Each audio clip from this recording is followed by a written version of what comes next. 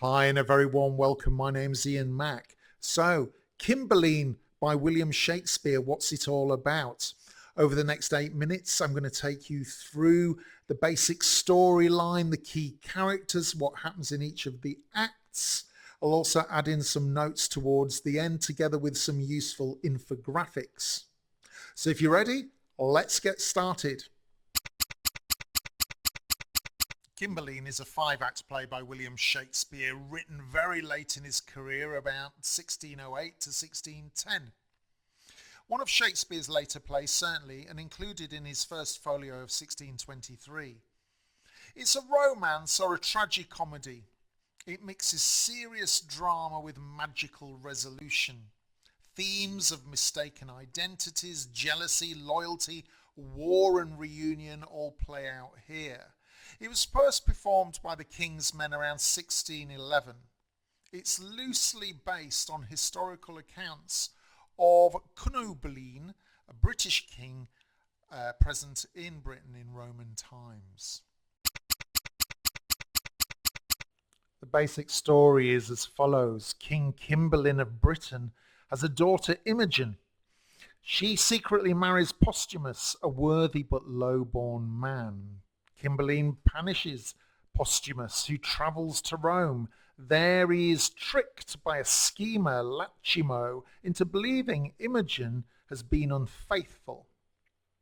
Enraged, Posthumus orders her death, but the servant sent to kill her spares her life. Disguised as a boy, Imogen wanders into the country of Wales, where she meets two young men who turn out to be her secretly long-lost brothers who were stolen from King Cymbeline as infants. Meanwhile, Britain faces war with Rome. In the chaos, Imogen's true loyalty is revealed. Lachimo confesses his deception, and Posthumus repents.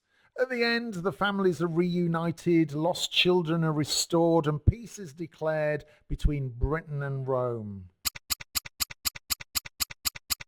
9 or 10 key characters to highlight, and these names may test you a little.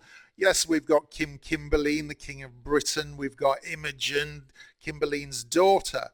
We've got Posthumus Leonatus, Imogen's husband. And we've got the Queen, who is Cymbeline's second wife, wicked and manipulative.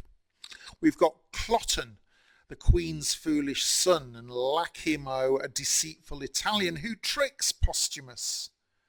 We've got Pisanio, a loyal servant to Posthumus, and Belarius, a banished lord who secretly raises Cymbeline's two kidnapped sons in Wales. And finally, we've got the sons themselves, who are called Guiderius and Arviragus, and they are, of course, King Cymbeline's lost sons. In Act 1, in Roman-ruled Britain, King Cymbeline's daughter Imogen has secretly married Posthumus, a noble but a low-born man. King Cymbeline banishes Posthumus, sending him to Rome. In Britain, the Queen, Imogen's stepmother, she schemes to put her foolish son Cloten on the throne and force Imogen to marry him. The story continues. In Rome, Posthumus is tricked by Lachimo, who wagers he can seduce Imogen. Lachimo sneaks into her bedroom, stealing proof, a bracelet, and details of her bedroom to make it appear that she's been unfaithful. Posthumus believes the lie and, furious, writes to Britain, ordering his servant Pisanio to kill Imogen. In Act 3, instead of killing her, Pisanio helps Imogen escape. She disguises herself as a boy, Fidele, and wanders into Wales. There she meets Belarius, a banished lord, and his two foster sons, who are actually Cymbeline's long-lost children stolen years ago. Imogen falls ill and appears dead, but is revived with a magical potion from the Queen's physician. In Act 4, Britain prepares for war against Rome, with King Cymbeline siding against the empire. Cloten pursues Imogen in disguise, but is killed by one of the foster brothers. Posthumus, racked with guilt, disguises himself as a common soldier and fights bravely for Britain. The lost brothers also fight heroically, turning the tide of battle. In the final act, after Britain's victory, all identities are revealed. Imogen is alive, the brothers are restored to King Cymbeline, and Lachimo reveals his deceit. Posthumus and Imogen are reunited, the Queen's evil plots are exposed, and she dies. Cymbeline makes peace with Rome, restoring order and harmony, as is often the case with Shakespearean plays.